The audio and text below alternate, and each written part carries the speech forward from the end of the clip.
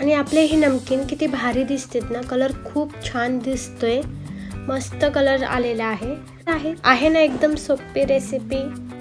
इथे मी मिक्सरचं भांडं घेतलेलं आहे, त्यामध्ये 2 मध्यम आकाराचे पोटॅटो कट करून घेतलेले आहेत। यात मी एक छोटासा कांदा चिरून घेतलेला आहे ते टाकते, 4 ते 5 लसूण पाकळ्या आणि 1 हिरवी मिरची टाकलेली आहे। आता आपण हे मिक्सरमधून काढून घेऊया। आणि इथे मी मिक्सरमधून काढलेली पेस्ट तयार आहे। आता मी इथे एक बाउल घेते, त्यामध्ये हे पेस्ट टाकून घेते। यात मी चमचाभर काळे तीळ टाकून घेतलेले आहेत, हे छान चमच्याने मिक्स करून घेते।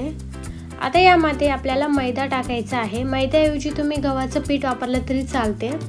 इथे मी 1.5 कप मैदा टाकणार आहे।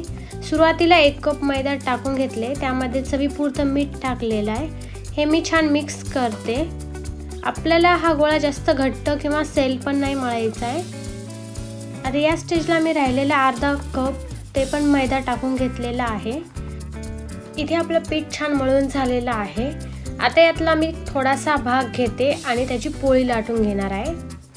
मी इथे नमकीन 2 पद्धतीने दाखवणार आहे, त्यातलीच पहिली पद्धत म्हणजे ही। आता इथे मी छान पोळी लाटून घेतलेली आहे। आता यावर मी थोडंसं तेल टाकून घेते आणि हे तेल मी छान पोळीला सगळीकडे असं स्प्रेड करून घेते। यावर थोडंसं मैदा शिंपडून घेते आणि याचा मी छान बारीकसा असा रोल तयार करणार आहे। आणि इथे रोल मी तयार करून घेतलेला आहे। आता या रोलला मी कट करून घेणार आहे आणि आता यातलाच एक भाग घेतलेला आहे। आता याला हलक्या हाताने प्रेस करून घ्यायचं आहे आणि इथे आपली बिस्किट शेपची नमकीन तयार आहे। अशाच पद्धतीने मी अजून एक करून दाखवते। आणि इथे मी त्रिकोणी आकाराची नमकीन बनवणार आहे, त्यासाठी मी थोडासा पिठाचा गोळा घेतलेला आहे, त्याला आपण छान पोळी लाटल्यासारखे लाटून घ्यायचं आहे। आणि आता यावर मी तेल लावून घेते आणि यावर थोडासा मैदा शिंपडून घेते। एका बाजूने हे फोल्ड करून घ्यायचं आहे आणि यावर पण थोडंसं तेल लावून पीठ शिंपडायचं आहे आणि या बाजूने पण फोल्ड करायचे। आणि इथे मी थोडंसं पीठ लावून थोडं हलक्या हाताने लाटून घेते आणि इथे पण त्रिकोणी आकाराचं नमकीन तयार आहे। अशा पद्धतीने मी सगळे नमकीन तयार करून घेते। मी इथे सगळे नमकीन तयार करून घेतलेले आहेत। गॅसवर तेल ठेवले, तेल छान तापले। आता आपण जे नमकीन बनवलं ते सगळे तेलामध्ये टाकून घेऊया आणि मस्त ब्राऊन कलर होईपर्यंत आपल्याला हे तळून घ्यायचं आहे।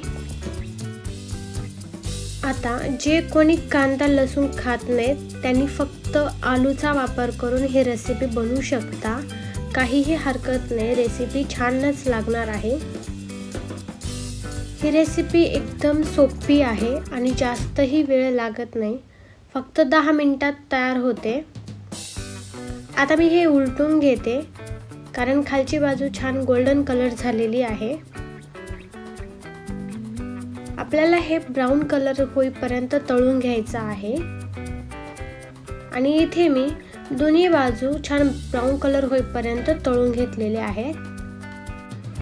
आणि आपले हे नमकीन किती भारी दिसतात ना, कलर खूप छान दिसतोय, मस्त कलर आलेला आहे। आता मी हे एका प्लेटमध्ये काढून घेते आणि इथे आपले कच्च्या आलूपासून बनवलेले क्रिस्पी चटपटीत नमकीन तयार आहे ना एकदम सोपी रेसिपी। आय होप तुम्हाला ही रेसिपी आवडली असेल। आवडली तर लाईक, शेअर, सबस्क्राईब करून बेल आयकॉनला क्लिक करायला विसरू नका। धन्यवाद व्हिडिओ शेवटपर्यंत बघितल्यामुळे। पुन्हा भेटूया अशाच नवीन रेसिपी सोबत। तोवर मस्त खा, मस्त रहा, बाय बाय।